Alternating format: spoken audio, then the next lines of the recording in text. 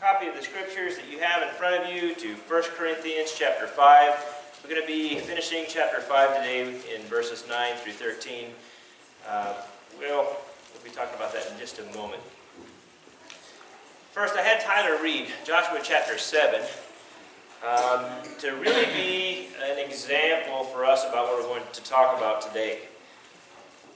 The nation of Israel was replete with things that they did that were good.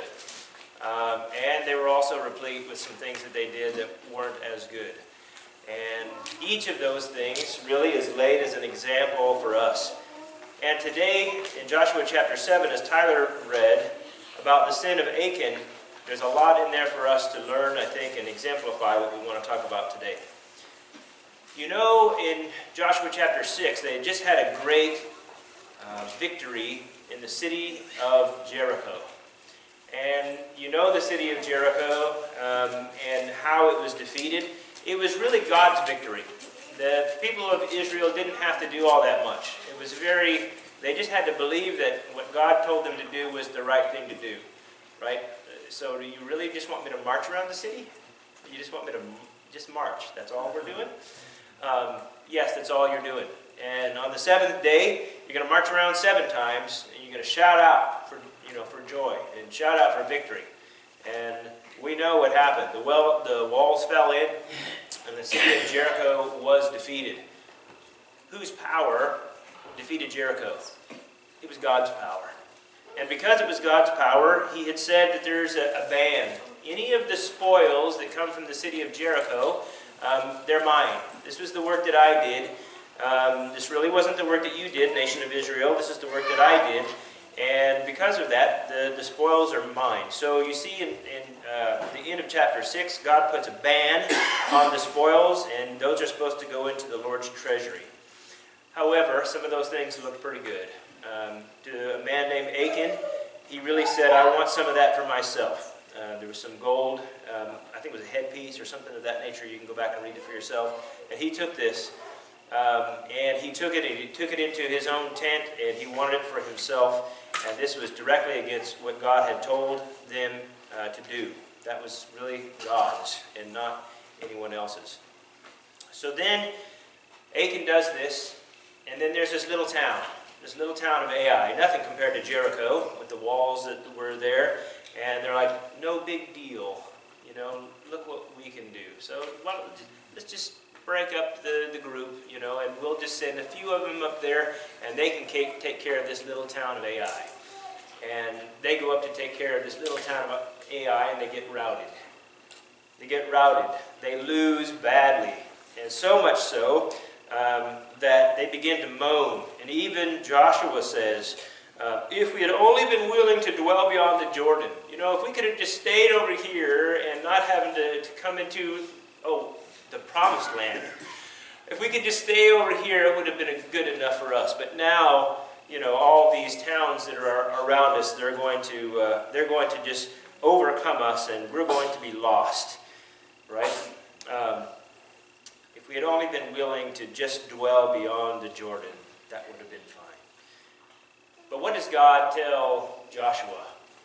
This isn't because you aren't supposed to be doing this work.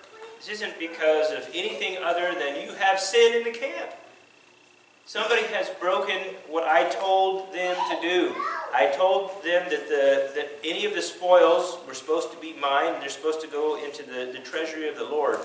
And yet there was one who has taken these things for himself and has sinned against the Lord. You have sin in the camp.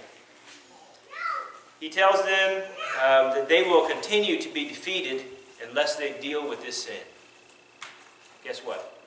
Not only will you not be able to take Ai, but any of these other people, you're going to be thoroughly routed unless you get rid of the sin from amongst your people and from amongst the camp. That's what we're going to be talking about today. The same thing comes up again in 1 Corinthians chapter 5, 9 through 13. We're going to talk about it. If you look at 1 Corinthians 5 in context, you can break it up into 3 different parts.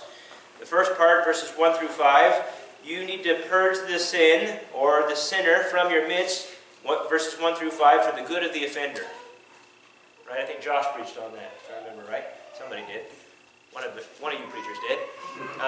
Which was, you turn them out so that they may understand what they're missing and seek the Lord. And they can be saved because you've turned them out. And they want to come back and be part of the Lord's church again. You turn them out for the good of the offender. You purge the sin from among your midst, verses 6 through 8, for the good of the church. Now, I know Don preached last week. I know that. That was the preacher who preached on that last week. A little leaven leavens the whole lump. You got a little bit of a problem, guess what's going to happen? The entire lump is going to be bad. So if you don't get rid of the part that you have a problem with, the sin that's in there, then for the good of the church, you've got to do something about it. You've got to get rid of it. In verses 9 through 13, what we're going to talk about today, it's also for the good of the world. The church has to deal with sin in its own midst because that's what's good for the community and what's good for the world. And that's what we're going to talk about today. So let's go ahead and read 1 Corinthians 5, 9 through 13. It reads this way. I wrote you in my letter not to associate with immoral people. I did not at all mean with the immoral people of this world, or with the covetous and swindlers, or with idolaters, for then you would have to go out of the world. But actually I wrote you not to associate with any so-called brother if he is an immoral person, or covetous, or an idolater, or a reviler, or a drunkard, or a swindler. Not even to eat with such a one. For what have I to do with judging outsiders? Do you not judge those who are within the church? But those who are outside, God judges. Remove the wicked man from among yourselves. That's pretty strong words. But we're going to see today that it's not only for the good of the sinner, the good of the church, but it's also for the good of the world. First point is just this. God cannot and will not bless a church that is full of sin. If you look back, and this is why I had Tyler read this, and looking at Joshua, what were they doing? They were entering the promised land. They weren't doing something that God didn't tell them to do. You know, it wasn't like they weren't supposed to go in and clear the people out. God had already told them to do that. This was the land that was promised to their forefathers. They were doing exactly what God wanted them to do, and yet they were defeated. Why? Because they tolerated sin from among them. Now, here is also one part of the point, however. Did everybody in that group know that Achan had sinned? Probably not. Probably not everybody in the group knew what had happened. I'm pretty sure that Joshua didn't know. If Joshua would have known, he probably wouldn't have bemoaned the fact, oh, I wish we could have just stayed beyond the Jordan. Right? He would have known what the problem was and he could have dealt with it. Joshua didn't even know. But I bet you the family of Achan did. I bet you there was somebody living in Achan's tent or next to Achan who knew what he had done. But they didn't say anything. They weren't doing anything outside of what God was asking them to do. But there were some people who were silent about the sin that was happening in the camp. The group also had the right leadership. Right? Moses had passed, and Joshua, you know, if you read in the first chapter of Joshua, the Lord tells him, have courage, do not be afraid. You're going to be able to do all this work that I have put before you. You're going to go into this land, you're going to clear it out. Right? And Joshua had done a lot of great things. So they were totally within God's will. They had the right leadership, and still they were routed at Ai. Why? Because they were allowing sin to live among them, and they weren't dealing with it. Looking forward, that's looking back. Looking forward, there's just this. Go to Revelation chapter 2, verses 18 through 29. Revelation 2, 18 through 29. We talked a little bit about it in class today. In Revelation 2, what is he saying? It's being revealed to them that these are the things you need to say to the 7 churches of Asia, and this is what I want you to say to the church in Thyatira. Thyatira, I should say that correctly. Revelation 2:18. And to the angel of the church in Thyatira write, the Son of God, who has eyes like a flame of fire, and his feet are like burnished bronze, says this, I know your deeds, and your love and faith and service and perseverance, that your deeds of late are greater than at first. You're getting better. You're doing good stuff, and you're moving on. That's great. But I have this against you, that you tolerate the woman Jezebel, who calls herself a prophetess, and she teaches and leads my bondservants astray, so that they commit acts of immorality and eat things sacrificed to idols. I gave her time to repent, and she does not want to repent of her immorality. Behold, I will throw her on a bed of sickness, and those who commit adultery with her into great tribulation, unless they repent of her deeds. And I will kill her children with pestilence, and all the churches will know that I am he who searches the minds and hearts, and I will give to each one of you according to your deeds. But I say to you, the rest who are in Thyatira, who do not hold this teaching, and who have not known the deep things of Satan, as they call them, I place no other burden on you. Nevertheless, what you have, hold fast until I come. He who overcomes, and he who keeps my deeds until the end, to him I will give authority over the nations.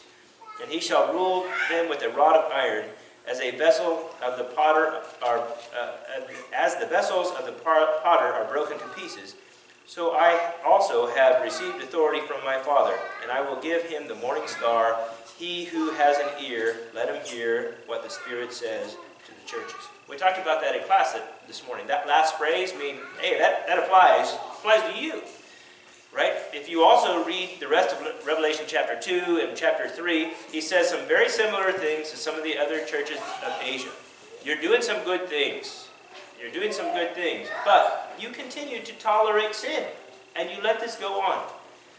And he says here of this, the woman Jezebel. We don't know exactly what that means, but we do know a little bit about Jezebel and her immorality. And it says here it's about immorality, so definitely it is sin. That they're allowing this to happen, and you can't allow it to continue. I think what he's trying to get across here is that we cannot tolerate sin in our midst, or else God is saying, I'm going to have to discipline you. I'm going to have to discipline you. He says here of Jezebel, he says, I gave her a chance to repent, but she doesn't want to repent. She doesn't want to repent. She just wants to continue on, and so I'm going to do the disciplining. I'm going to kill her children with pestilence, and all the churches will know what? That I am he who searches hearts and minds. I know what you're thinking. I know where your heart is. And you are still in rebellion to me. God says, throw that one out of your midst. There's sin in the camp. Here's the point. A church that is being disciplined is of no help to the world. If this church is in disarray, and if this church is fighting amongst ourselves, and we are in need of the discipline of God, how effective are we going to be at reaching our community? Hebrews chapter 12, verse 11. I'm just reading it, and it just kind of popped into my mind right before I got up here. I'm like, oh, that's a good verse. I probably should say something about it. Hebrews 12, 11 says, you know what? You need to, just before that it says, you need to make sure that you listen to God's discipline, and you need to accept it. Why? Because verse 11 says, after you have been trained by it, then you can be fruitful. But it's very difficult to be fruitful when you're going through discipline, because it's painful. It's painful, it hurts, and it's a learning period, but during that learning period, you're not really effective. But once you learn, and once you go through it, then you can be fruitful. A church in turmoil is a reproach on the name of God, because it can't do the work that has been set before it. A church that is under discipline cannot be successful at evangelism. Think about it. You go out and you tell somebody in the world, hey, come to my church. We fight all the time. Are they going to want to come? Come to my church. We have all kinds of problems. You can help us work through them. I know you're new here, but you can just help us work through them. Right? I know you don't have the spiritual maturity to do any of these things or even know the Word, and really we need to be building you up But why don't you just come on anyway? How silly is that? To think that if we have sin in our midst and we are under discipline, to think that we can be successful at winning others to Christ. Again, the point is just this. Anything that hurts the church, especially if we allow sin to be in the church, then it hurts the world. Because we can't be effective in reaching the lost when we can't even live right ourselves. Second point. A church that is like the world cannot change the world. One reason the church has so little influence in the world is that the world has had too great an influence on the church. Here's the point. Have you ever held a flashlight in your hand? And as you had this flashlight, if it's at night, the batteries are strong, you turn on the flashlight, what happens? It shows all the things around you. I can now walk and I don't have to trip over anything and hurt myself because that light is helping me see through the darkness. That same flashlight, you use it the next day during the daytime, you don't even know if it's on or not. Because there's so much light, you don't necessarily need the flashlight because that light is then superfluous because I don't need it. So in the darkness, a flashlight does something, but in the light it does nothing. A battery. How does a battery work? It has something called a potential difference. There's a difference in the amount of electrons in one pole compared to the other. And when you connect this circuit, because of the difference in potential on one side compared to the other, electrons start to flow. That's a good thing. What happens when there's no difference between one pole and the other? Connect the circuit, nothing happens. The difference is what causes the electrons to flow, the change to make. And that's the way the church is supposed to be. We're supposed to be a peculiar people. If we're no different than the world, then how will they ever see and how will they ever change to be like us? If we continue to be more like the world, for whatever reason, whether it's sin or if we think somehow we can be more effective in trying to be like the world, then there's no reason for them to come. There's no reason for them to come if we are not significantly different than the world. Hadn't thought of it. Just popped into my mind. But Jesus really kind of dealt with that at one point, and he says, you know what? You need to love people who hate you. Right? Because there are people, even in the world, even the sinners and the tax collectors love people who love them. They do good to the people who do good to them, but you have to be different. You have to be different. And that difference will show who you are. All men will know that you are my disciples if you have love one for another. Jesus said in Matthew chapter 5, verses 13 through 16, you are the salt of the earth. But if the salt has become tasteless, how can it be made salty again? It is no longer good for anything except to be thrown out and trampled underfoot by men. You are the light of the world. A city set on a hill cannot be hidden. Nor does anyone light a lamp and put it under a basket, but on a lampstand, and it gives them light to all who are in the house. Let your light shine before men in such a way that they may see your good works and glorify your Father who is in heaven. If you think about it, and what Jesus is saying here is, guess what? If they can't see any difference in you, then what work are you actually doing in the kingdom? You know, we look at the Sermon on the Mount and we say, man, that's great. And how many of you could probably quote those verses? I was reading them. I probably didn't need to read them. To 95% of you, you've heard them over and over again. But does the meaning sink in? If I'm not different, then I'm not effective. I'm not doing what Jesus has asked me to do. Why does Paul write that Christians are not even to eat with an immoral Christian? That's what that whole section really says there. He's just saying, don't even associate with the immoral Christian. Don't even eat with them. We talked about it in class this morning that it was a big deal to the Jews to eat with Gentiles. They wouldn't do it, right? But Paul says the same thing about immoral Christians. If a Christian is living an immoral life, and if you are in fellowship with them, then you are condoning that sin. Whether you think about it that way or not, if you know somebody is living an immoral life and continuing to live a lifestyle that is outside of what the Bible has in store for us, and they're living that, and you go on fellowshipping with them, then you're telling them, in essence, it's okay. No big deal. You're still my brother or sister, and you know what? I can just tolerate that. That's fine. It's okay. Right? What does he say at the beginning of chapter 5? Right? At the beginning of chapter 5, don't do that. Don't do that. You have to get rid of the sin from your midst. Right? If you tolerate the immoral lifestyle, then you're saying it's okay. Right? It's in another spot, and he talks about how if you say you're great and you're enlightened because you let sin continue to be amongst you. What does he say about that? This isn't good. This should not be. You have to deal with the sin. Revelation chapter 2. I'm loud enough. I'm loud enough. Revelation chapter 2, to all the different folks, all the different churches that he's talking to here, he says, you know what? You have to get rid of the sin. 1 Timothy chapter 5, 20 through 25 reads this way. Those who continue in sin rebuke in the presence of all, so that the rest also will be fearful of sinning.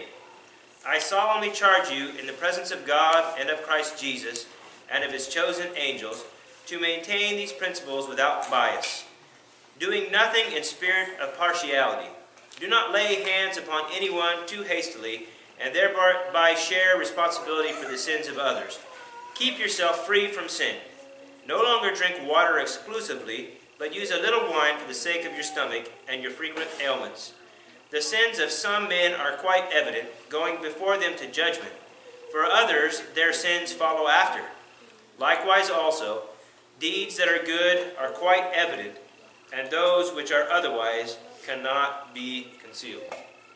What is he saying here? He's saying, if somebody is sinning and you know about it, then you need to go and you need to talk to them. Matthew 18 really kind of tells us what we need to do there, and we know that. But how many of us have the willingness, have the reasoning, have the love to go and actually do it? It's so much easier to just say, well, it's okay. They'll learn. They should know better. We have to rebuke those who are living a sinful lifestyle.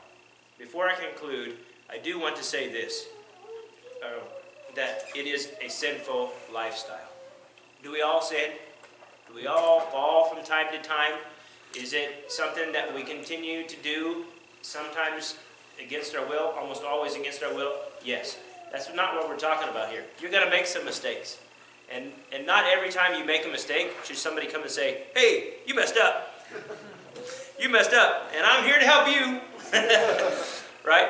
No, you can mess up, but if you continue in sin, if you continue to live immorally and have a lifestyle that just says, I'm just not going to do it, and yet I'm still going to go ahead and sit in church every Sunday, then those are some folks that we need to be talking to.